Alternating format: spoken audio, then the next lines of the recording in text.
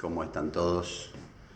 Hoy casi andamos en los 100 días de el confinamiento, ¿no es cierto?, de la cuarentena.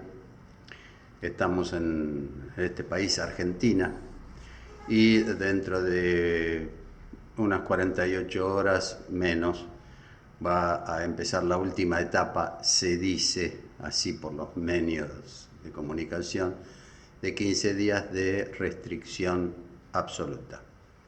Entonces hemos aprovechado este tiempo para grabar y subir, por supuesto, para que lo puedan ver todos, la primera conversación de la materia. Esta grabación se hizo, y fue el primero de todos que estaba dividido en 3 partes. Bueno, después de una cierta cantidad de años falta la versión moderna de la primera charla de los alumnos que cursan Fundamentos de Informática en la carrera de Mecánica. Bueno, el resto de las clases están en el canal, segunda clase, tercera clase, etcétera, etcétera, pero faltaba el primer eslabón. Dentro de este primer eslabón, además, vas a encontrar debajo del vídeo los enlaces que te van a posibilitar acceder a otro tipo de información, que ya va a estar todo explicadito ahí, va a estar tipeado debajo del video junto con el link que está activo. Me resta para esta primera parte, porque la voy a editar en varios cortes, porque el tamaño de la pizarra en mi laboratorio no es el de los claustros universitarios, tiene un tamaño determinado, más pequeño lógicamente, pero ahora voy a pasar lectura a lo que es el programa en sí de la materia, a lo que aspiramos a llegar. Bueno, en el primer corte entonces te voy a contar cuál es el contenido de la materia. Bueno, muy bien, entonces vamos al contenido de la materia. Mirá, te cuento que lo tenés por ahí también elevado en un link. Vamos a tratar, esta es la aspiración máxima, pero vamos a empezar por la definición de bit, byte, stream, mencionar el código ASCII, la unidad aritmético-lógica, ALU, que se entiende por registros, y buses o bases.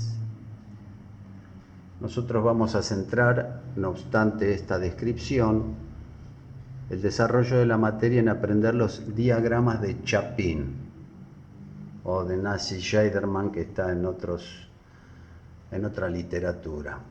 Básicamente vamos a emplear las funciones if. Ves que if es una palabra reservada para el idioma, ahora te voy a decir cuál, va seguida de paréntesis porque es una función.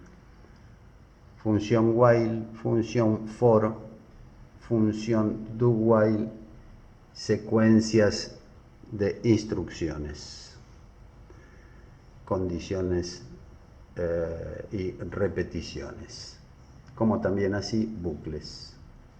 Luego vamos a tratar de mirar los motores binarios secuenciales, nos va a dar el tiempo para ver motores secuenciales. Todo esto ya está elevado en los vídeos en YouTube, ¿no es cierto? Y ordenamiento, que falta elevar a YouTube, el algoritmo de ordenamiento.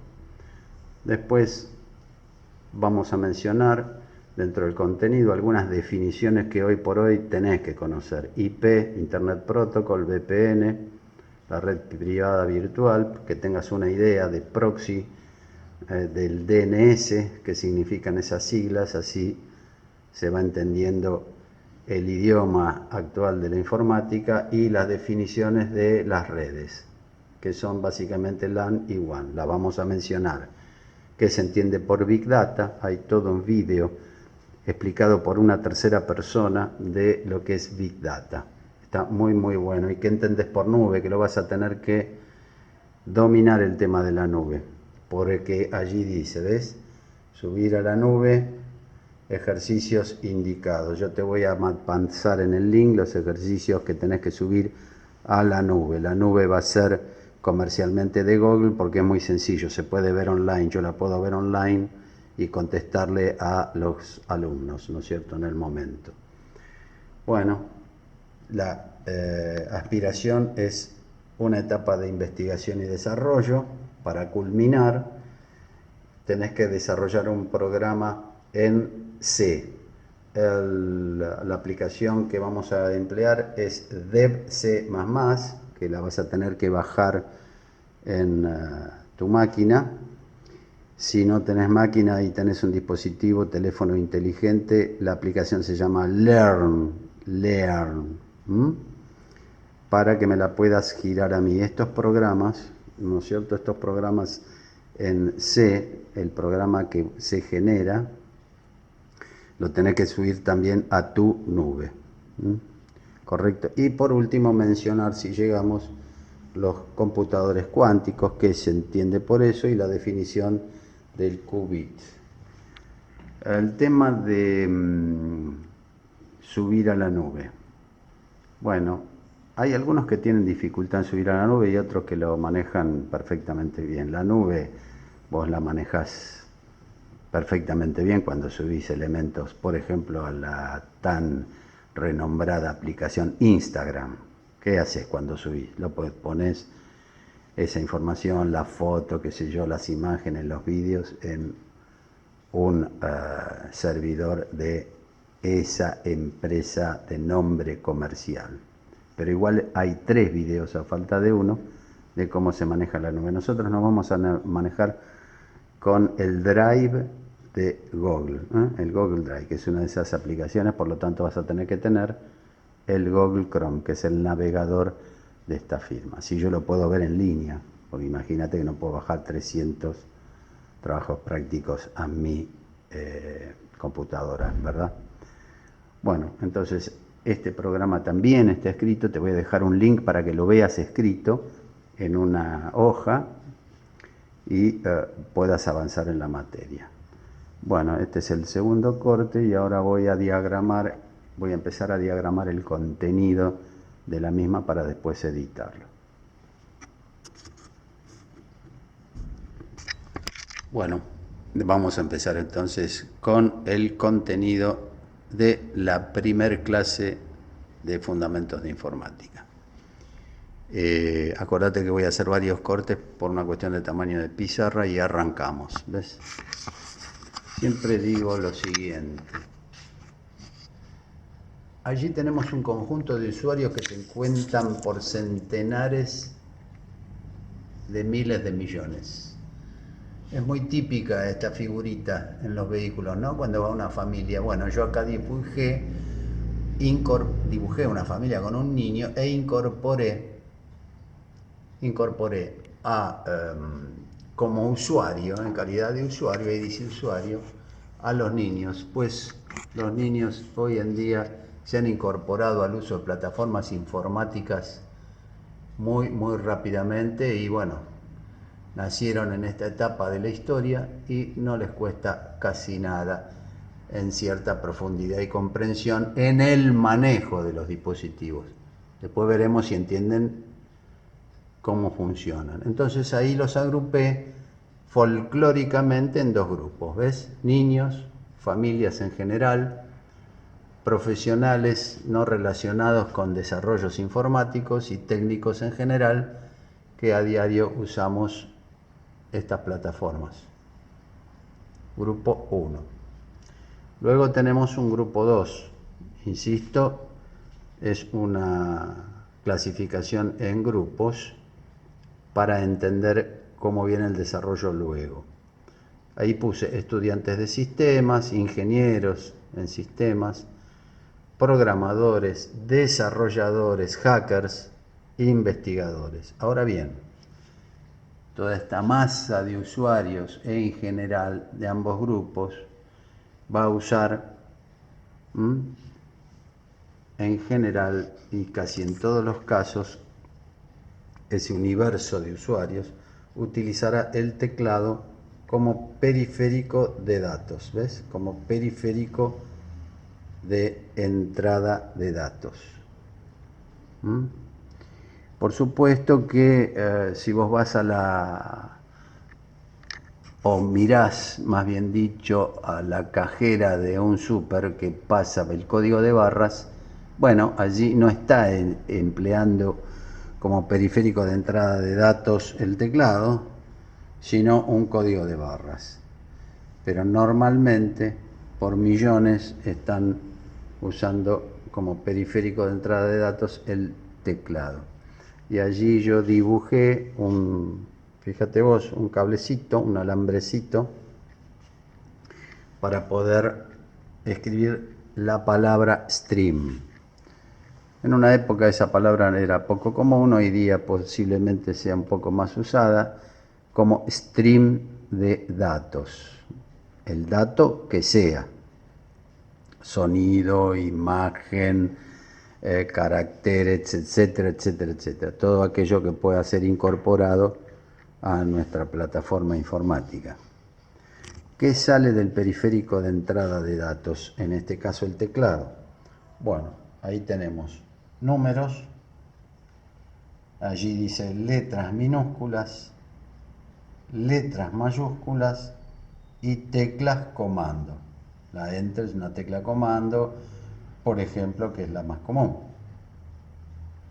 Entonces, esta cantidad de datos diferentes tendrán que poder ser codificadas para poder entrar al sistema.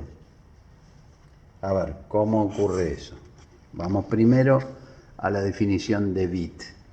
Por supuesto que el stream que transporta este piolín de acá son pulsos eléctricos, ¿no es cierto? Son pulsos eléctricos, se define stream. Bueno, fenómeno. Entonces ahí tenemos la primera definición, que es la básica de todo la computación, de todo proceso. Bit. Ahí lo tenés. Binary digit. El binary digit es la unidad de información binaria. No se puede dividir más. No hay medio bit, un cuarto de bit, no. Esa es la unidad de información binaria y es el último eslabón, ¿correcto?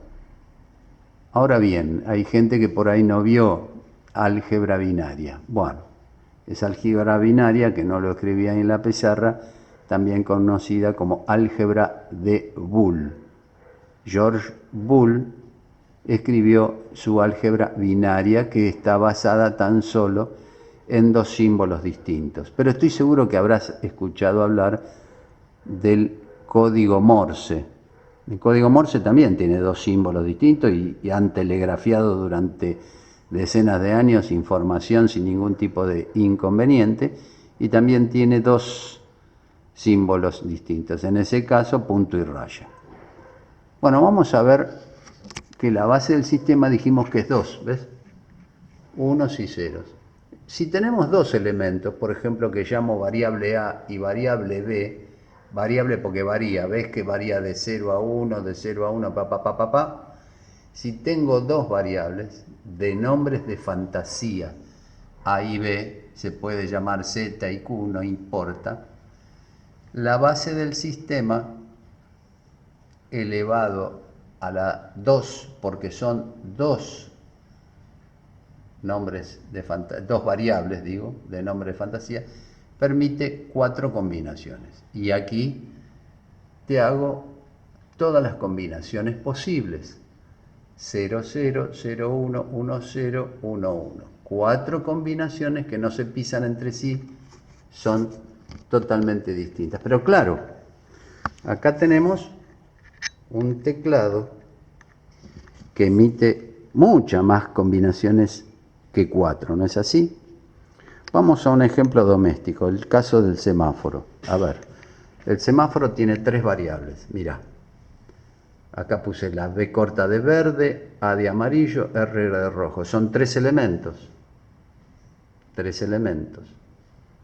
Acá me olvidé de poner, pero se deben de entender. 2 elevado al cubo, 2 elevado al cubo. ¿Por qué al cubo? Porque son 1, 2, 3 elementos. Los nombres no importa, puse B, A, R, pero puede ser cualquier otro. 2 elevado al cubo da 8 combinaciones distintas no repetidas. ¿Ves? Ahí la tenés. Me alejé un poquito más para que puedas ver que son 8 combinaciones no repetidas. Y bueno, se lee, ¿no? 01, 01, 01, 01. ¿Ves cómo va variando? Por eso se llaman variables. Esta varía de a 2. Si ponemos los pesos, decimos de que la primera columna de menor peso es 2 a la 0. 2 a la 0, por definición matemática, es 1. Va variando de 1 en 1, de 1 en 1. La variable de fantasía A, que es la que le sigue en un peso mayor, sería 2 a la primera. Si es 2 a la primera es 2, entonces va variando de 2 en 2, ¿ves? 2, 2, 2, 2.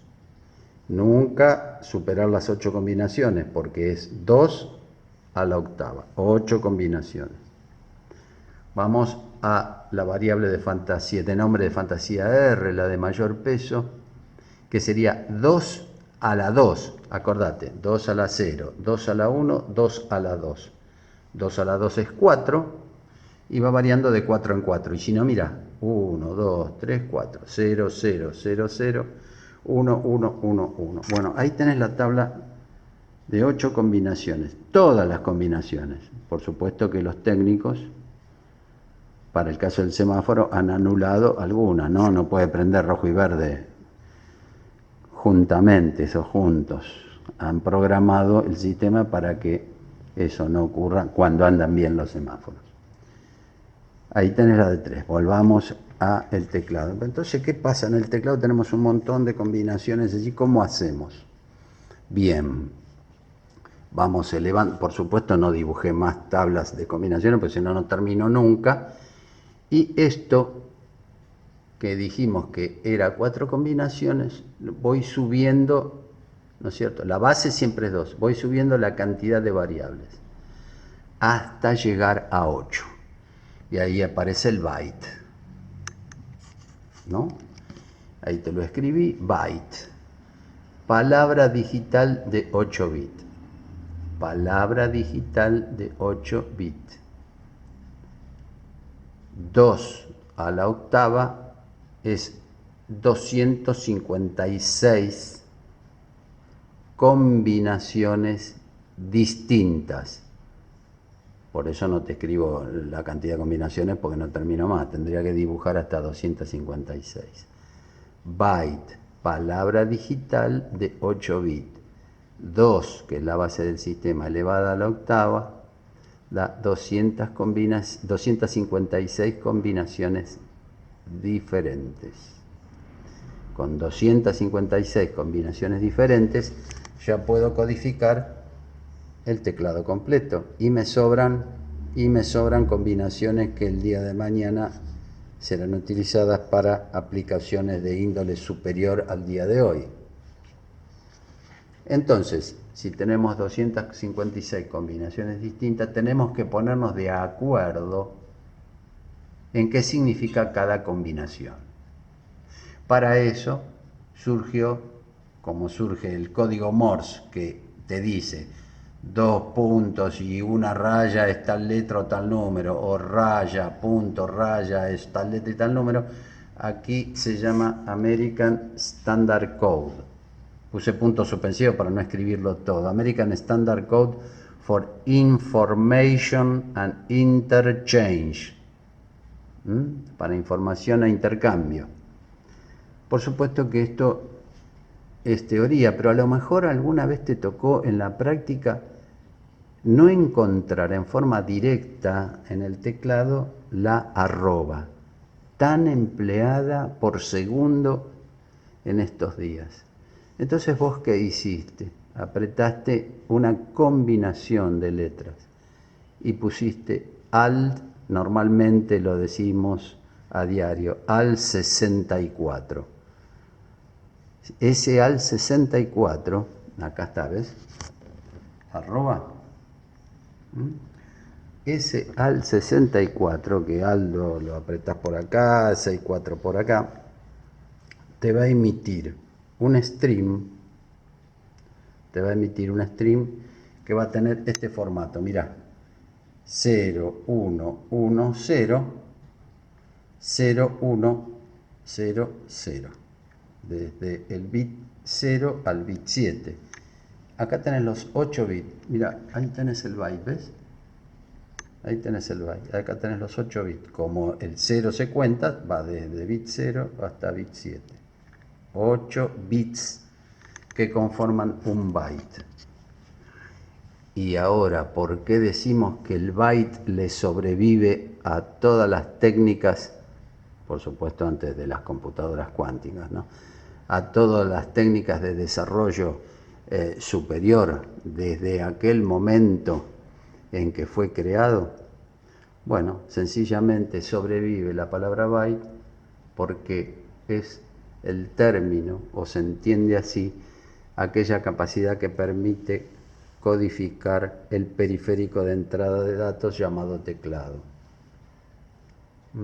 Entonces, por eso sobrevive el byte. Después, claro, vino el kilobyte, el megabyte, el gigabyte, múltiplos, sí, pero el byte se preserva porque es lo que permite codificar todo el teclado y mediante este código que recién lo mencionamos. Y acá tenemos entonces cómo se ubica en un registro, ¿ves? En un registro. Cuando vos pones la arroba, ya sea en forma directa o con el al 64, se ubica la información en un registro desde el bit 0 al bit 7. Muy bien, ese registro se llama buffer, que es un registro de entrada de datos. El conjunto de registros de entrada de datos los vas a ver para el que tiene una notebook o PC de escritorio en los distintos puertos. Por eso esto se llama mapa de puertos. Y ya me metí dentro de la máquina, ¿ves? Ahí ya el piolín llegó hasta acá, lo conecté al puerto y ya me metí dentro de lo que es la estructura de la máquina. No la vamos a mencionar porque es larguísima la explicación de la máquina, pero vamos a dar algunos conceptos fundamentales. Mapa de puertos. ¿Qué fue el mapa de puertos? El mapa de puertos te permite conectar dispositivos externos. Vos ya sabés, los más comunes son los pendrive, hay discos rígidos externos también que pueden ser de estado sólido, SSD, etcétera, etcétera. Ahora bien, esto no nació así. La muchachada, ¿no es cierto?, del año 1960 no disponía de USB, de los Universal Series Bus, USB, Universal Series Bus. Ellos que habían diseñado, bueno, con la capacidad técnica de la época, diseñaron allí un puerto común. ¿Ves? Allí hay un puerto serie que llamaron puertos comunes. Es para conectar cualquier cosa, común.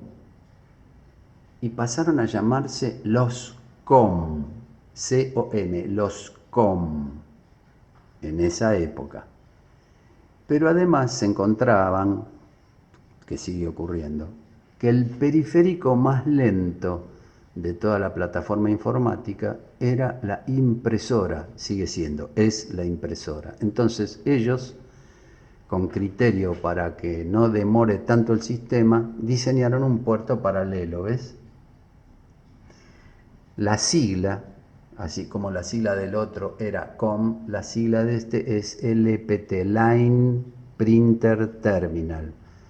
Y todos los piolines llegaban juntos, en paralelo, todos juntos, para que la impresora de la época dispusiera de toda la información toda junta y no se demorase en llegar un bit detrás del otro, como ocurre en el puerto serie. En el puerto serie tenemos un piolín, un bit detrás del otro. En el puerto paralelo tenemos todo junto y llegan todos los bits, todos juntos. Sea tu arquitectura de 32 o de 64 bits, dentro de la máquina, ¿no es cierto? Todo se procesa como te lo dibujé esquemáticamente allí, en paralelo. Los dispositivos periféricos trabajan en serie. Dentro de la arquitectura de cualquier microprocesador se trabaja y se procesa todo lo que se ingrese en paralelo. Vamos a terminar con la historia de los puertos entonces. Con el paso del tiempo, la técnica y el desarrollo hizo de que estos puertos desaparecieran porque, claro, se empezó a elevar la velocidad de manejo de información en cuanto a la entrada y la salida en forma muy importante. Creció muchísimo la velocidad. Entonces los puertos ya no son puerto serie ni puerto paralelo. Pasan a ser todos puertos, como dije antes, USB, cuya sigla, ya la dije antes y te la repito, Universal Series Bus. Universal porque podés conectar cualquier cosa que sea conectable, ¿no es cierto? Si querés conectar tus sentimientos, y bueno, por ahora no. Entonces, acá encontramos una cosa merecida de ser mencionada. ¿Ves que ahí dice puerto serie com? La cantidad numerosa de sitios de la internet que te pide en la barra de direcciones. www.pirulo.com. ¿Y por qué es .com? Porque entra por el puerto común. De ahí viene su nombre, .com, coman por. Entran por puertos comunes. Coman por. De allí viene el dominio que termine en .com. Después, bueno, puede ser .ar, .br del Brasil, UK de Inglaterra, bla, bla, bla, bla, bla. Los .com son puertos comunes. Los .org son de organizaciones y allí dentro de la organización o de la empresa se llaman .org de organización, ¿no es cierto? Que acabo de decir. Se llaman intranet. La intranet de la empresa se maneja con .org. Y después hay redes privadas que llevan el sufijo .net y funcionan todas, funcionan todas. Ya estamos adentro de la máquina y adentro de la máquina tenemos un proceso de traducción. Hay un programa que se llama compilador o intérprete que traduce, ¿no es cierto?, las letras y los números. Acordate que las letras y los números los entiende solo el ser humano, no el sistema informático. El sistema informático se maneja con dos elementos, el 1 y el 0, como te expliqué, que es el sistema binario. Entonces, el sistema, cuando viene, se genera un código fuente, que vos lo vas a generar porque en uno de los trabajos prácticos del DEPC, ¿no es cierto?, vas a tener que generar un código fuente, se genera en alto nivel, porque la letra A la máquina no la entiende, pero sí su código. Entonces, entran los unos y los ceros, se produce una compilación, o sea, una traducción, que también está el intérprete, una traducción interpretada, en la que se hace instrucción por instrucción. Una compilación es cuando vos ya tipeaste todo el programa fuente y le diste compilar y ejecutar, por ejemplo.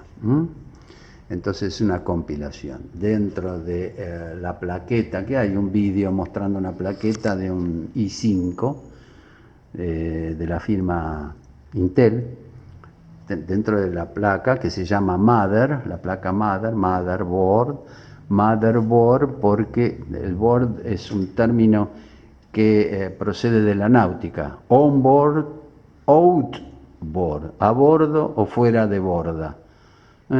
In-board, vos podés manejar video y sonido. Ahora, si sos un apasionado en diseños gráficos, te compras una tarjeta gráfica NVIDIA, que puede estar hasta 300.000 pesos, valor hoy junio del 2020.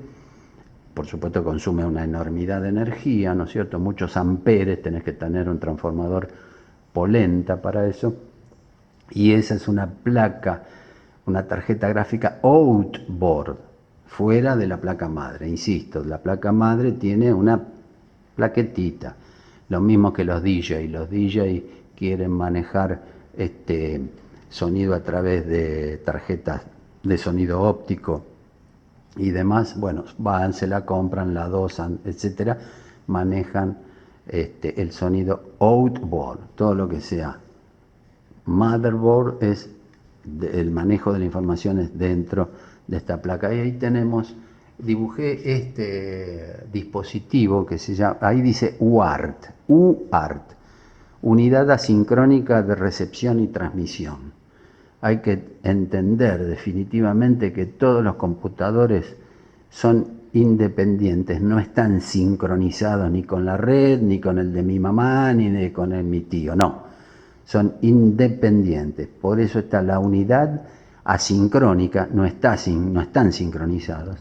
De recepción, reciben información y transmiten información a la red o a los periféricos de salida o de entrada, ¿se entiende? No está sincronizado. Y por último, para cortar en esta parte, tenemos un pantaloncito ahí que se llama Unidad Aritmético-Lógica, reconocida con la sigla ALU, Arithmetic Logic Unit, donde entran los operadores y se hacen todas las operaciones aritmético-lógicas. Siempre los resultados van a parar al acumulador. Fíjate que no dibujé ahí las particiones de los registros de los operandos ni del acumulador porque depende de la arquitectura. El que tiene arquitectura de 32 tiene que tener un operativo que le maneje 32 bits y puede manejar una RAM creo que hasta de 8 GB. O sea, está limitada el manejo de la RAM con 32, porque claro, puede direccionar en la RAM, la memoria de acceso aleatorio, ¿no es cierto?, la que está activa, cuando uno prende la máquina, la que está activa, puede manejar cuántas direcciones. Bueno, muy sencillo, como te expliqué antes, 2 a la 32. En cambio, si tenés un sistema operativo que maneje 64 bits, se pueden direccionar tantas direcciones distintas simultáneamente como 2 a la 64. 64 que son 8 palabras digitales. ¿Te acordás que el byte de 8 bits era una palabra digital? Bueno, si tenés una máquina de 8, maneja 8 operaciones simultáneas. Allá era una detrás de la otra, acá son simultáneas. Aquí se genera dentro de la máquina, se maneja lo que se conoce con el nombre de código absoluto. El código absoluto es un código de unos y ceros. Siempre hay que considerar de que en la máquina no hay otra cosa que pulsos eléctricos de unos y ceros. Depende de la firma de los desarrolladores, el 0 puede ser 0 voltios y el 1 5 voltios.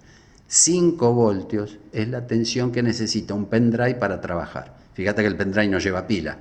Entonces, a través del USB le suministramos la energía necesaria para que el tipo trabaje. Son 5 voltios. Hay otras técnicas de 18 volts, tensiones negativas. Bueno, no vamos a entrar en ese merengue, sino que quede claro. Son 0 voltios o 5. El 1 representa tensión. ¿Cuál? Depende de la firma y del desarrollo. Hacemos un corte. Bueno, vamos al último tramo de la primer clase. Aunque por ahí tenga que agregar algo de chapín para que ya tengas idea, pero bueno, no va a ser mucho más lo que falta. Quiero aclarar aquí, ¿ves? El tamaño del registro, que antes no lo hice, por cuestión de espacio también. Esto es para una arquitectura de 64 bits. B no es de bit, es de byte. 64 bits y con un pulso, esto es reloj, ¿ves? O sea, con un pulso de reloj no importa ahora definir qué es un pulso de reloj en computación, pero en un pulso de reloj la máquina, en el caso de tener esa arquitectura, que por supuesto requiere un sistema operativo que maneje 64 bits, ahí tenés el dibujito del registro. Fíjate que puede hacer muchas operaciones. Puede tomar, por ejemplo, 4 números, multiplicar, dividir, sumar y restar en un solo pulso de reloj. A modo de ejemplo, lo que digo con una operación básica, las 4 operaciones básicas. Otra cosa que quiero aclarar, el stream que se emite bajo el código ASCII, tanto en transmisión alámbrica, el alambrecito de la primera parte, inalámbrica, con una pastilla receptora, transmisor y receptor, y lo de los celulares, el teclado virtual, siempre tiene el mismo código ASCII, no varía, ¿eh? El código ASCII no varía, sea alámbrico, inalámbrico o virtual. Vamos a decir 3 o 4 palabras de la web, de la internet que usamos todo el tiempo. Para empezar, vamos ahí definí, mira, un dominio, pirulo.com. Para acceder a pirulo.com tenés que tener un puerto serie, porque es común.com y él se llama Pirulo, que es www, World Wide Web. World Wide Web, informática, red informática mundial, ¿sí? Ya está, es así de sencillo, es una definición. Por supuesto empezó con desarrollos militares, porque la guerra impulsa todo. ¿Qué cantidad de bits tiene la World Wide Web hoy día 2.0? 128. 128 piolines. ¿Y cuántos datos distintos en un pulso de reloj, como te mostré allá, puede codificar en un pulso por B, ¿no es cierto? Y bueno, si la base es 2 a la 128. Un montón, ¿no?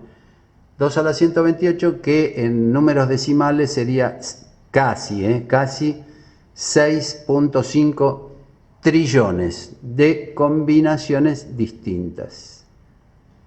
Ahí tenés un bus, fíjate, por supuesto que no te dibujé 128 hilos, porque si no estoy todo el día. Tenés un bus que interconecté con un servidor. ¿Qué es un servidor? ¿Qué es un servidor? Es un ordenador, como dice allí, de gran potencia que transmite y recibe información, además de almacenarla. ¿Qué sistema operativo maneja a los servidores? Lo mismo, un Unix, que bueno, el Unix es un sistema operativo de varias décadas ya, el Linux, Torvalds Linux, y el conocidísimo Windows. 2 palabras más acerca de la red. La red o los servidores están constituidos. ¿Dónde guarda la información? Esa que subís a Facebook, Instagram, como dije antes, etcétera, etcétera. ¿Dónde va y viene la información? Bueno, por ahora, hasta donde yo sé y al día de la fecha, en discos. Ahí tenés el disco. Ahí tenés el disco en color verde. El disco se divide en sectores y pistas. Y el menor sector y pista tiene 512 K bits. K bits, ahí lo tenés. Hasta donde yo sé, dije, porque todavía servidores compuestos en su totalidad por dispositivos SSD, o sea, dispositivos de estado sólido, todavía no estoy enterado de que existan. Entonces, son discos que giran allí, ¿no es cierto? Giran, pueden ser velociraptores que giran a una velocidad increíble, pero el menor sector y pista es clúster. Entonces, al principio de la historia, por lo menos en este país, tenías internet de 512 K bits. Después la duplicaron, 1024, ¿ves que es el doble? 1024. Después la comercializaron a 3, a 6, a 10, a 30, a 50, a 100, 300, y hay una compañía que dice 1000.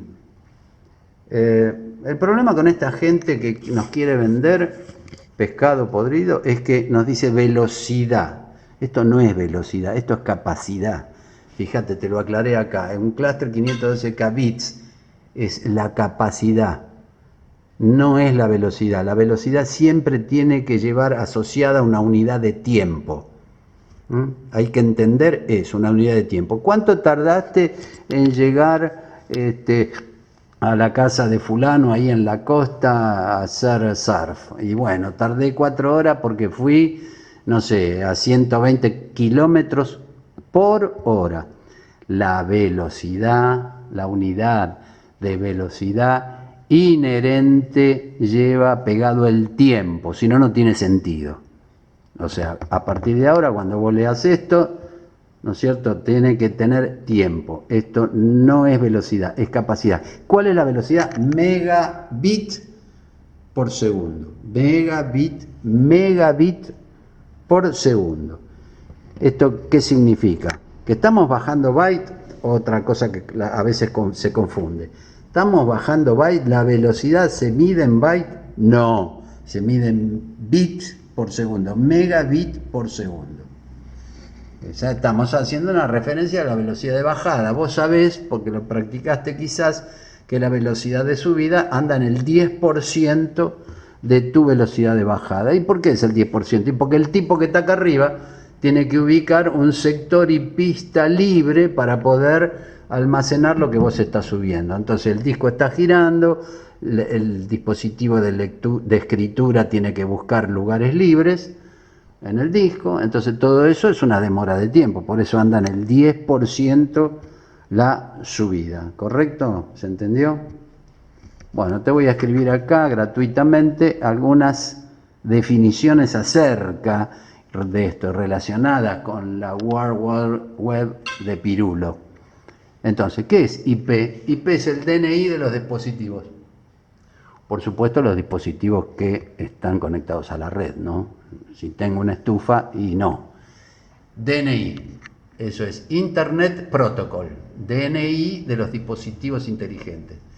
VPN, yo ya sé de que vos te colgás de Netflix para afanarte información de los Estados Unidos, pero igual lo tengo que mencionar. Virtual Private Network es una creación segura de conexión en redes públicas. Entonces, como las redes son públicas, se puede conectar en cualquier país. ¿Querés investigar más? Investigas por tu cuenta. Proxy. El proxy es un intermediario entre vos, que sos el usuario, y la www propiamente dicho. Un proxy que administra. Por eso, si vos tenés acceso a la velocidad, porque conocés bien y manejás muy bien los puertos y la configuración de los mismos, puede a veces pasar por proxy o no. ¿Está? Y dejamos ahí la definición. DNS, ¿qué significa DNS? Domain Name System. Es un sistema que asocia los protocolos. Los protocolos están, a veces se hacen, en vez, la comunicación se hace en HTTP, en hipertexto. A veces aparece una S acá también, que es una modificación. Hipertexto. Entonces, ¿qué hace el DNS? Tiene como si fuera un directorio de nombres de dominio. Por eso, si vos querés registrar un dominio y ya está, porque te ganaron de mano, y te lo va a rechazar. ¿Ves? Asocia el HTTPS con nombres. Redes, las mencionamos rápido. LAN, cuya sigla significa Local Area Network. Es un área local, es un área pequeña. El acceso a la Internet no es mundial. En cambio, la Wide Area Network, sí, Wide Area Network, es una gran área, puede ser de todo un país, puede ser mundial. Big Data, hay todo un vídeo de Big Data, cómo se organiza la información para manejar gran volumen de datos. Big Data es gran volumen de datos. A ver dónde está, acá está. Big Data, grandes volúmenes de datos. ¿Cómo se organiza? ¿Cómo se hace? Eso está en un video aparte. Y por último, lo que sí vos vas a manejar. Mirá, ahí hice un esquemático, ¿ves? La nube. Bien. Vos sos este tipo. Yo te llamé alumno. nombre genérico, subís al Instagram, no sé, una fiesta, o la subiste a tu novia, qué sé yo, y me la compartís porque en algún momento vos me escribiste para que yo pueda ver tu Instagram. En el caso de ser público lo ve cualquiera. No sé si esta firma es propietaria de la nube. Acordate que la nube está hecha con discos rígidos y con servidores. No sé, este es el nombre comercial de la aplicación. Lo mismo con Facebook y en el caso de Google con Drive. Vos vas a manejar este esquemático que está ahí. En el caso de Drive, me vas a subir los TP y yo los voy a ver desde donde esté con mi plataforma. Ahora bien, me lo tenés que compartir, ¿no? Te parás arriba de la carpeta o del archivo, aparece un cuadro de diálogo y dice compartir con. Ya yo te voy a... Hay 3 tutoriales de esto explicándolo, ¿no es cierto? En esos 3 tutoriales está mucho más claro que lo que yo puedo decirte ahora, pero este es el esquema básico. Y por último, como te dije, para concluir esta introducción, la definición de qubit. El qubit es el elemento básico de la computación cuántica. Hay computadoras cuánticas ya, donde el concepto de tiempo medio que desaparece. Computadoras cuánticas, entonces también llamado como quantum bit. No conviven los unos y los ceros, se utiliza o ceros o uno, pero no a la vez. Todo esto es muy nuevo y bueno, cada computadora cuántica debe andar en 500 millones de dólares, todavía no tenemos la moneda para poder acceder a eso. Bueno, por último y en 3 minutos más, en el último y definitivo corte, vas a ver un diagrama de Chapin, ¿correcto? Y ahí cortamos la primera parte. Bien, ahora sí vamos a encarar el tema que nos va a ocupar el resto de la materia, que es diagrama de Chapin y su posterior codificación. El diagrama de Chapin es la sucesión de pasos lógicos necesarios para la resolución de un problema. No es ejecutable, sino que es la lógica que genera un algoritmo. Un algoritmo son una secuencia de pasos lógicos mínimos indispensables para la resolución de un determinado problema. Luego de eso se adapta a la aplicación que vos vas a emplear y escribís en código y finalmente va a surgir un código fuente. Bueno, sin más demora vamos a lo que es el código Chapin. El código Chapin es aquí, mira, ahí dice diagrama de Chapin, no código, perdón. Diagrama de Chapin es un rectángulo, ¿ves? Ahí más o menos se ve un rectángulo. Es una técnica top-down, o sea, de arriba hacia abajo. No hay ningún piolín que salga para afuera como el diagrama de flujo. No hay feedback. Todo se encapsula dentro de ese rectángulo, también conocido con el nombre de Nash-Scheidemann. Ahora, ¿cómo se hace un programa con este dibujito, o la lógica, más bien dicho? Porque allí adentro van funciones. Allí adentro van funciones. Entonces, a ver, vamos a describirlas. Allí tenemos 1, secuencia de instrucciones. Las secuencias de instrucciones se dibujan tal cual como indica la lógica. Ahí puse 3 instrucciones, por ejemplo, como ejemplo. Instrucción 1, instrucción 2, instrucción 3. Uno la va escribiendo como indica la lógica. Nada mejor que un ejemplo. Acá tenemos un ejemplo súper básico. Si queremos sumar 2 variables que llamé A imprenta mayúscula y B imprenta mayúscula y quiero depositar su resultado en una variable S de suma, para que sea amigable el nombre, S de suma, ¿qué indica la secuencia de instrucciones? ¿Cómo la lógica indica? Y bueno, ¿qué indica la lógica? Tengo que leer A, luego tengo que leer B, luego hacer la operación A más B y depositarla en S. Por supuesto que el resultado no tiene que quedarme en el interior del procesador, sino que lo tengo que informar a la red, a la impresora, al papel, a cualquier medio, a un monitor, a cualquier memoria de video, a cualquier medio que signifique informar, sacarla del interior de la máquina. Bueno, entonces allí adentro, para empezar, hay una secuencia de instrucciones. 2. Una función súper recontra importante, función repetición. Tenemos la alternativa A, incondicional, la alternativa B, condicional. La incondicional se escribe con la función for. Como es una función, va seguida de paréntesis. ¿Ven? Va seguida de paréntesis. Cuando ustedes vean por allí en los idiomas tal cosa seguida de paréntesis, porque es una función.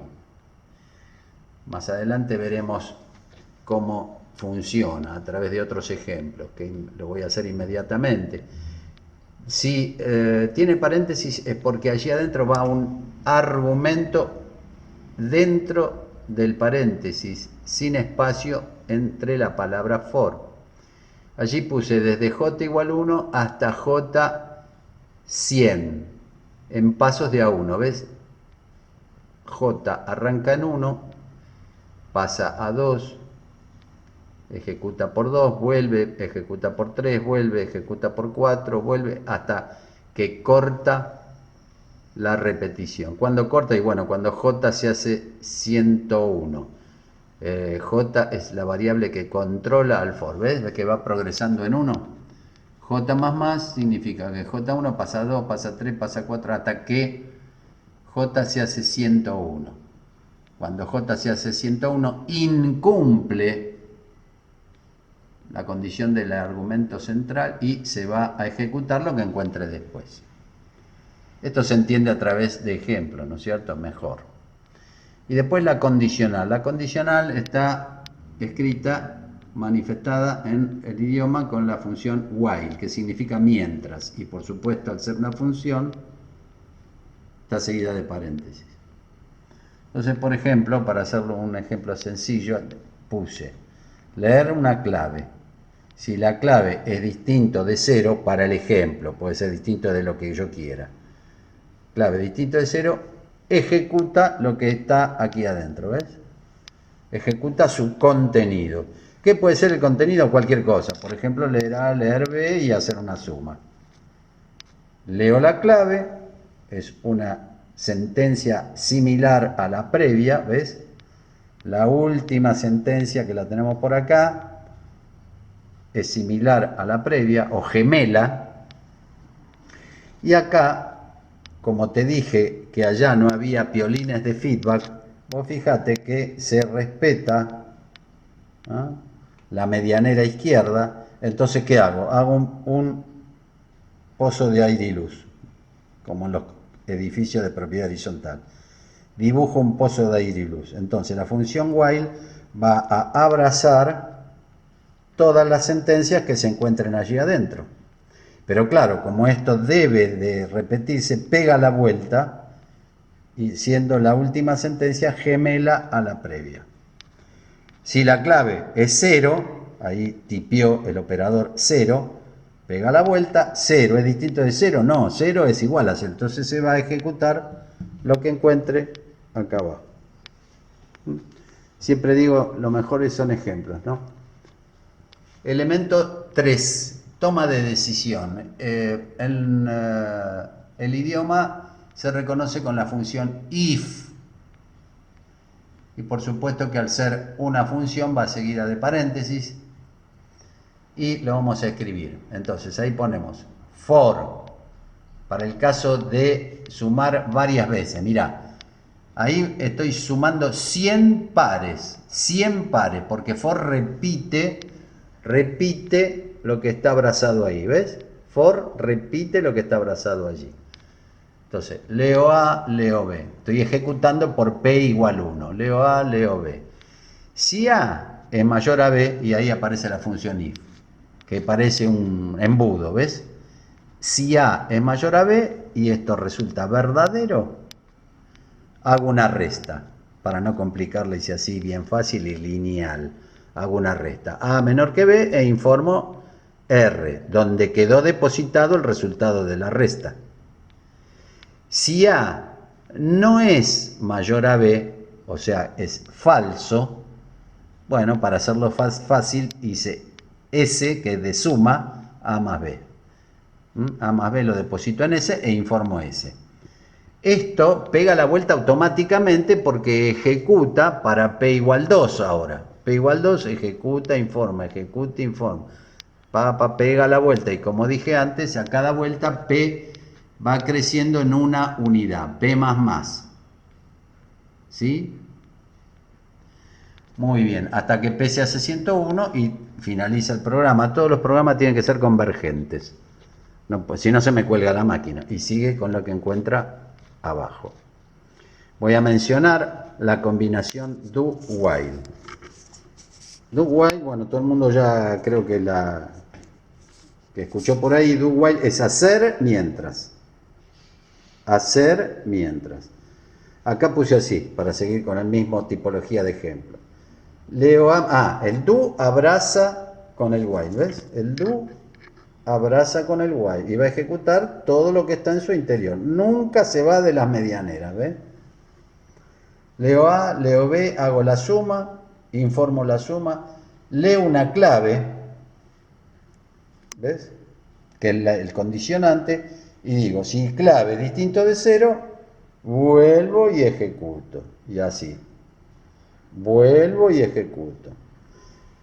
¿Cuál es la particularidad de esta variante do while? Y que al menos, fíjate que al no estar la clave arriba, que al menos se ejecuta una vez. Se ejecuta una vez. ¿Por qué? Y porque la clave se lee al final. La condición se lee al final. O sea que una vez sí o sí arranca. Bueno, como siempre digo, esto se aprende con ejemplos y tipeando. Pues el contenido de la materia se basa justamente en funciones, que son estas tres. Por supuesto, todo el idioma C++ creo que tiene en total, de punta a punta, 38 funciones. Si tuviera 500 no sirve. Tiene que ser breve, ¿no es cierto? Te voy a dar un ejemplo. Mirá, por ejemplo, acá, tipeado en rojo. Leo A, B y C, lo puse en una sola línea para ahorrar lugar. A variables A, B y C. Entonces, tomo una decisión. Si A es igual a B y es verdadero, y B es igual a C y es verdadero, ahí dice verdadero, B de verdadero, informo triángulo equilátero, ¿ves? Este es un problemita de triángulos, con el cual vamos a retomar en la clase 2. Si A es distinto de B, ya sale por falso. Y bueno, ya sabes de que equilátero no va a ser nunca, porque A, al salir por falso, es distinto de B. Entonces, ¿qué me queda entonces? Si B es igual a C, informo isósceles. En el caso de que A sea distinto de B y B sea distinto de C, o sea, siempre salió por falso, informo escaleno, ¿ves? Para el caso verde, si son 100 ternas, abrazo todas esas sentencias con una función for. Mira, qué sencillo que es. 100 ternas de triángulo. La parte roja es un triángulo, la parte verde 100 ternas. Vamos a retomar esto en la parte 2, segunda clase. Ahora, si me pide el cliente, me dice, no sé la cantidad de, no sé, ponerle estampados que voy a hacer. Bueno, ingresalo por teclado. Ingresá lo que querés hacer hoy por teclado. Leo N y ahí modifiqué el for y puse dos variables, la controladora J y la N que el programa le pidió al cliente por teclado. Porque claro, la producción varía todos los días, ¿ves? Y ahí tenés, entonces, se terminó la teoría. Se terminó. Ahí tenés el diagrama de Chapin con las funciones fundamentales. Se terminó la teoría y con esto resolvés un montón de cuestiones que vas a ver a lo largo del desarrollo del resto de las clases. Bueno, espero que haya sido claro y sea de tu utilidad. Y acá se terminó la clase número 1.